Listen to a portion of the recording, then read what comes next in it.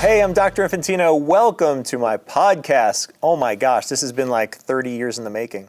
I think that's even before there were podcasts. I had all these ideas and things I wanted to share. And here's the thing, the whole idea of this podcast is ideally to be a blessing to people, right? Like I've learned a lot of things over 30 years, seeing thousands of people, helping people reboot metabolism and hormones and lose weight and get off meds.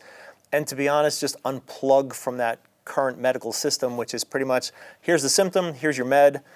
And I'm not saying no one needs medication, but I think most doctors would agree if you get healthy enough to not have to take them, that's what this whole podcast is about. It's about getting to the point where you fire up your body, you clean things up, you get it working the way God designed it so that you could live that life, right? Because here's the thing, this isn't a dress rehearsal. So if your energy is less than it could be, if your moods, your sleep, your enthusiasm, your zest for life, whatever you want to call that thing that makes you just enjoy your life, if that's not where it should be, well then this is the podcast for you, because that's what we're going to dive into every week. How do we get to a point where we are living the life that God designed for us? We're energetic and active and healthy and vibrant. And I'll share a quick story, which I think kind of epitomizes what I'd really hope to accomplish through this podcast over the next weeks, months, and years.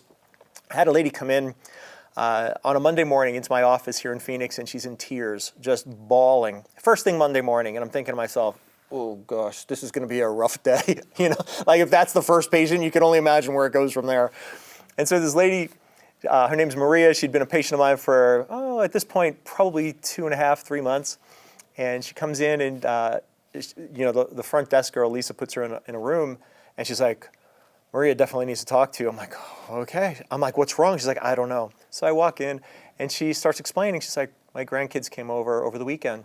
I'm like, okay, well, that sounds pretty good. Why is she crying? I'm wondering.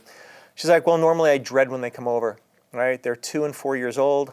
I'm overweight. I've got hurting knees and I can't get up and I can't move. And so I always wonder, like, what are they doing in the next room? How do I keep track of them? It's so much work. And so she goes, this weekend they come over and, I'm up and about a little bit. I've lost some weight and I'm feeling a little better. So she's like, I didn't think much of it.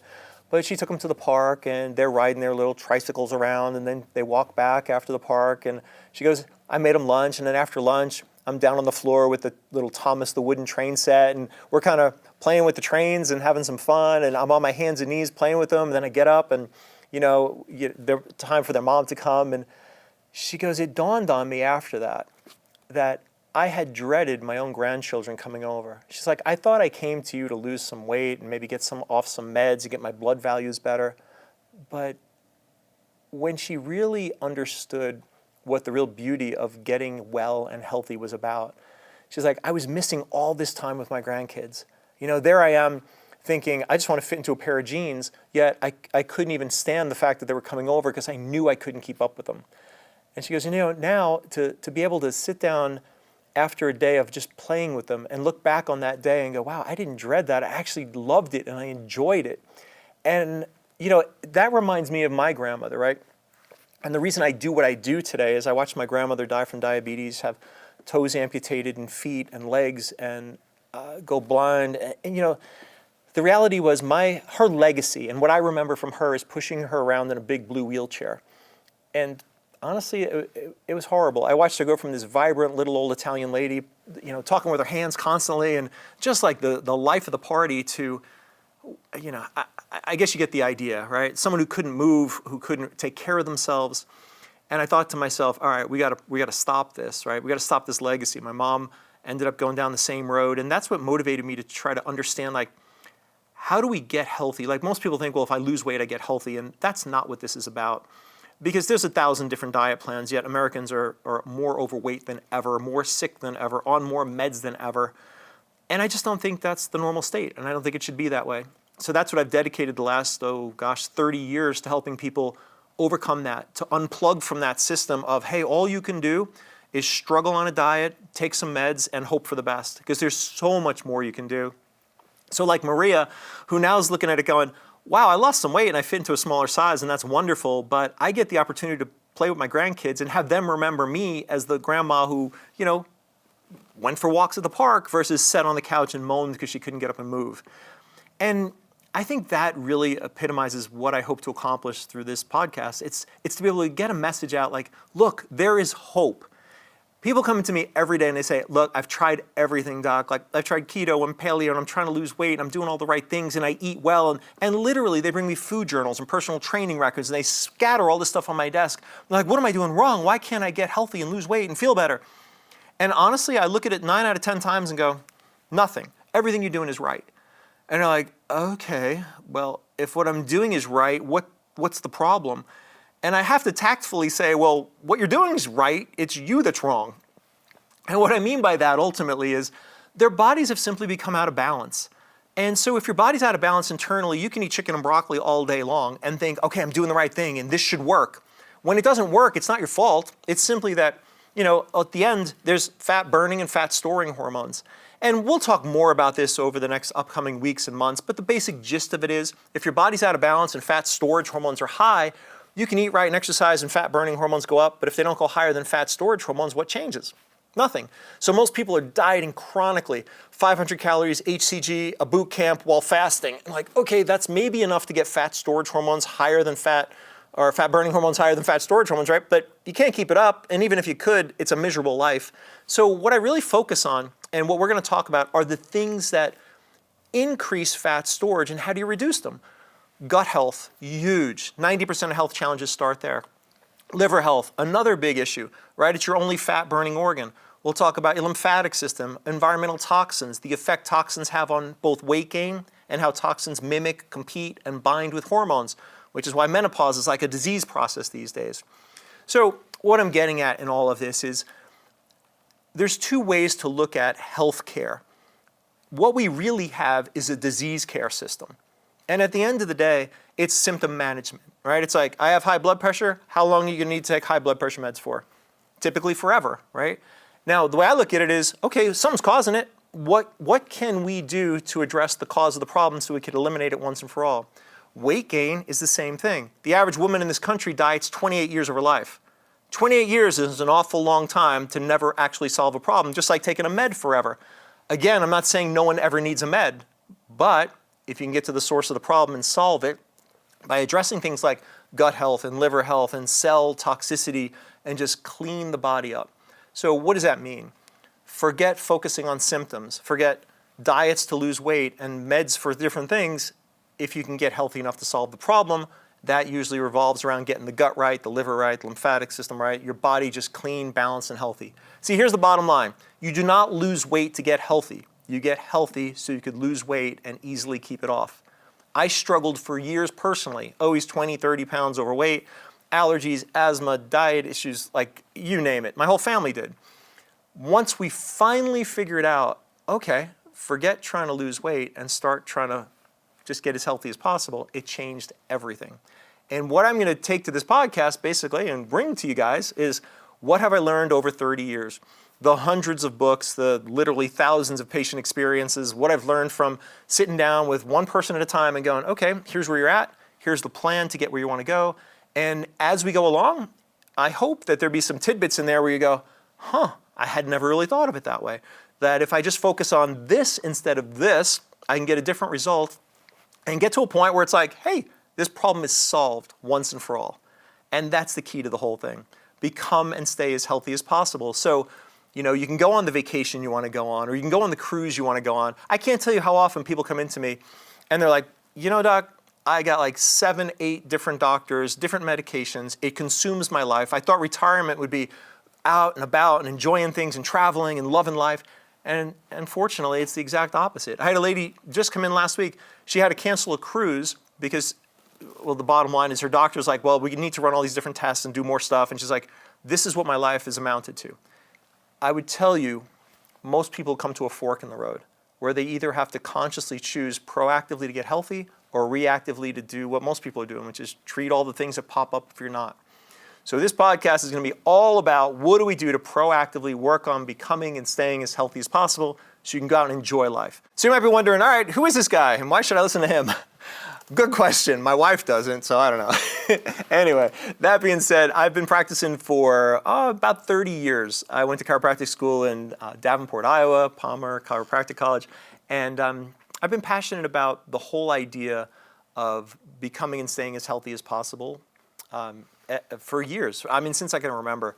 And that's really chiropractic philosophy 101. Remove interference, flood your body with what it needs, and get out of the way.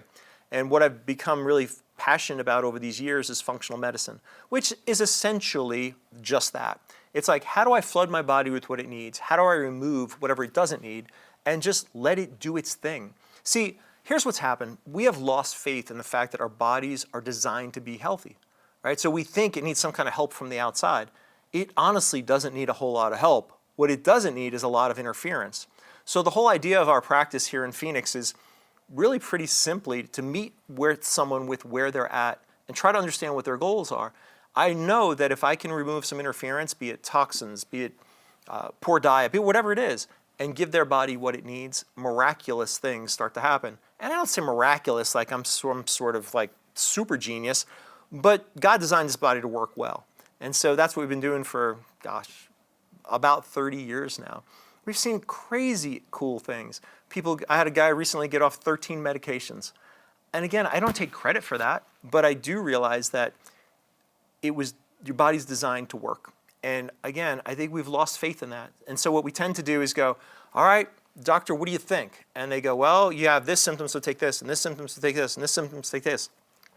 And after, again, 30 years and a few thousand people, I've learned a couple things. And that's what I hope to share with you throughout this podcast. One thing I've learned in particular is your body will heal if you give it what it needs. It doesn't heal just because you manage symptoms, though. So after 30 years and I don't know how many seminars and how many books and all the other stuff that I've learned as far as functional medicine goes, that's what I really hope to share with you. I've been on, literally hundreds of TV shows, spoke to groups of thousands of people around the country over the last bunch of years. And I don't say that braggingly. I feel like it's been an honor to take this message and try to get to as many people as possible. And honestly, that's what I hope to do, is enroll as many people as possible in one, becoming healthy themselves, and then two, getting out there, getting that message out there. I think this country is kind of sorely in need of just some hope, right? Like some hope for like, okay, there's a possibility that I could get healthy, lose the weight, get off some meds, and go out and enjoy life. And that's really what I like to encourage people. Encourage you to just know that even if you tried a bunch of stuff, it's absolutely possible. I got to be honest, if you're here, just realize that I may ruffle a few feathers. I certainly don't come from a conventional background where it's like, this is the symptom, this is the medication, that all kind of adds up, check a box, and you're off and running. The way I look at it is, again, we're designed to be healthy. So if someone's not healthy, you have to look at what's interfering or preventing that from happening. And very often, it might be an environmental toxin, it might be, who knows what it is, but that's my job, to figure out what that thing is. Here's what I don't subscribe to. While I do not believe that no one should ever go to a doctor, and I don't think no one should ever have a medication, I do think most doctors would agree, the objective of health care is simple. Get healthy enough to not need to take anything, right? But that's not how this works. If you go to your doctor and he takes your blood pressure and it's high, he might go, well, we'll keep an eye on that, right? How many people have heard that? Literally hundreds, if not thousands of the people I've talked to over the last 30 years will say to me, well, they're keeping an eye on that. Until what happens? Until it gets bad enough to give me a med. Well, how about we just stop for a second and go, well, why do I have this? And what can I do to reverse it so that I don't ever have to go down that road? Well, here's the problem. There's no money in that, right? Like, it's funny. I was driving here to film this, and I drove by a place called Fry's Food and Drug. That's one of the stores. It's a supermarket in Phoenix where I'm here. And it just got me to thinking, it's almost kind of a joke to me. In the front of the store is all the crappy foods, artificial colors, flavors, preservatives, you name it, just garbage for the most part. I mean, sugar goes by almost 30 different names. MSG is in practically everything. Food companies do things to food to get us addicted to the food. I don't think that's even a secret anymore. It's not even like anybody's trying to hide it. But here's what happens. It creates imbalances and problems in our bodies that now we need the drugs that are in the back of the store, right? You ever notice like all these supermarkets now have pharmacies? Why? It's like they get you coming and going. The food in the front of the store makes you need the drugs in the back of the store. That big business, billions and billions of dollars, goes on and on. Meanwhile, at whose expense? All of us. And it's odd when I talk to a patient and they're like, wow, doc, like that's kind of different. Like, you think maybe I could get off a medication? Well, of course. We've helped thousands of people do that. And again, I don't say that braggingly, but I think, what do you have more faith in? The latest, greatest pill from Merck that, how many of those things get recalled? Or the intelligence that God put in your body that if you just get out of its way, remove the interference, put in the good, remove the bad, and see what happens, 9 out of 10 times, that intelligence is a bit smarter than the latest, greatest pill that, 6 months from now you're going to hear in the news on a headline like, oh, that was recalled, so many Celdane, all these things come to mind where I'm like, yep, that was the latest, greatest, right up until it started killing people. Again, understand, I'm not saying no one ever needs anything. If I get hit by a bus, bit by a rattlesnake, if I have, a heart attack, God forbid, like whatever that is, I'm happy to be here. Like, we have the greatest healthcare system in the world when it comes to crisis or disease care, in my opinion. But honestly, it's not a healthcare system. So I might say some things where you're like, whoa, wait a second. Are you saying to stop all my meds? And I'm not saying that. I'm saying get healthy enough to be able to. There's a giant difference in those things. I subscribe to one philosophy and one tenet that you will hear over and over again. Proactive healthcare beats reactive disease care any day. And for the majority of people, though, we sit in this camp right in the middle. Well, I'm not going to proactively be healthy, but I'm not going to be the person who needs the meds. Well, you're going to pick one or the other, whether you like it or not. I think it's a Rush song. They say, if you choose not to decide, you still have made a choice. Well, if you don't decide to be proactively healthy, you are picking everything else, which is the meds, the doctors, and, an end of life that, let's just say, you're not really getting as much out of that as you could. You're not vibrant and healthy and enjoying it, and you could be. And that's what we're going to talk about in this podcast. So I am super excited to bring that to you, and I just want to be an encouragement. Like, that's it. At the end of the day, I want to encourage you to know, like, if you make the right choices consistently, you can change everything, completely change your trajectory and where you end up with in your health and your quality of life and your lifestyle and what your kids and your grandkids see and what legacy you leave, because it's all possible. And that's what we're going to talk about. So here's the thing, guys. There's a ton of experts out there. I humbly suggest this. I do not know everything. What I'm bringing to this podcast is about 30 years of practice. Hundreds of books that I've read, lots of different patient experiences, clinical stuff. But that being said, it seems like everybody's an internet expert these days. So will I say things that disagree with the other expert? Sure. In fact, I heard one just the other day. Yeah, I was like, I wanted to throw something. So here's what happens. There's this guy on the internet, and he's talking all about how Pedialyte, or one of these electrolyte replacement drinks for kids, wasn't such a good idea. Right? And why? Well, it had red dyes and artificial colors and sweeteners and flavors, and it's like purple cotton candy flavor. And so the guy's like, look, we know that some of these things can create, everything from learning disabilities, of all this different stuff. And so some other guys critiquing this whole thing, going, oh my gosh, we know that electrolytes save lives for people who have diarrhea in developing countries and even here in this country. And this guy does not know what he's talking about because he's saying how we should not use electrolyte drinks. Really? You have to look at that and take it for what he's really saying. He's not saying that electrolyte drinks aren't a good idea. He's saying all the other crap that's in it isn't a good idea.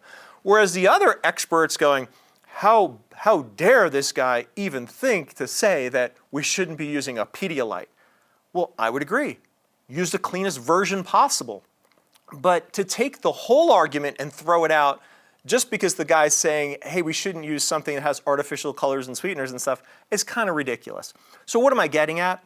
There's a ton of information out there. What I try to bring is the voice of reason. Are people going to disagree with me? Absolutely. But I can promise you this much. What I will share with you is things that I've seen clinically.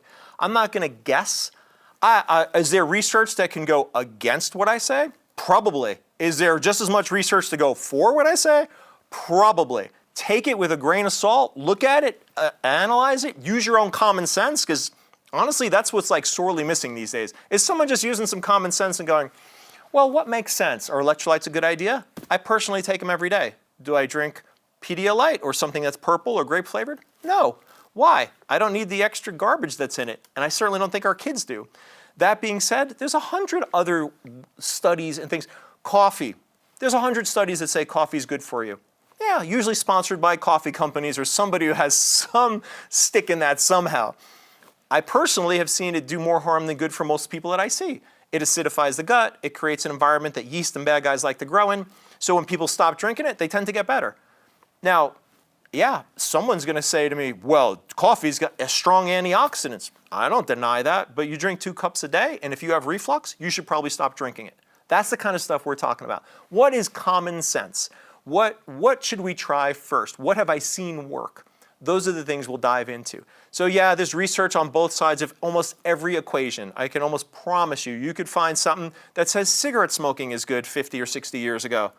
Right, like for sure, you could find it. I bet you it's out there. Smoking a pack of Camels a day is good for your lungs. Well, now we know maybe not so much. Same idea with artificial colors and sweeteners and flavors and preservatives and, farm-raised fish and genetically modified things. What does common sense tell you? Maybe not ideal if you can avoid it, right? I don't think that's unreasonable. So when it comes to what I'll share with you, it's just what have I seen?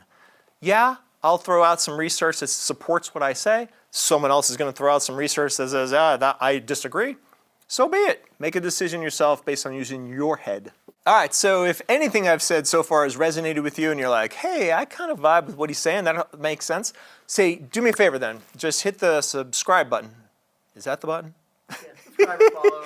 Follow, whatever. Look, I am obviously not an internet guru, but what I will do is we'll start a Q&A, so I'll answer all the questions you have. I'll get some cool guests, people who think likewise, people who are like, hey, I want to get and stay as healthy as possible, as quickly as possible. And, look, join a movement, because that's what I want this to be. I want it to be a bunch of like-minded people. Take people in who are like, look, I don't really know what to do or how to do it. Help them, encourage them, get them to a point. If that might be you, I know that was me. I was always miserable. I always felt unhealthy, sick, allergy shots, you name it. If you're out there and you're like, that's kind of where I'm starting, or if you're like, no, I understand this whole health thing, then share the message. Like, let's all get together. Let's create just a group of like-minded people who want to see this all go in a certain direction. Like, I say this, and I don't mean it to sound bad, and I'm sure it's going to be taken out of context, but wouldn't it be nice if there were just less hospitals? Like, just less need for drugs and medicine and surgeries, and I know that there's a time and a place for them. But I think too often it's the first result. It's the first thing. It's like, you got this, you need this med. What if you got this and it was a resource where people can go, let me look this up and see, like, what else could I do? Because we are definitely getting more educated.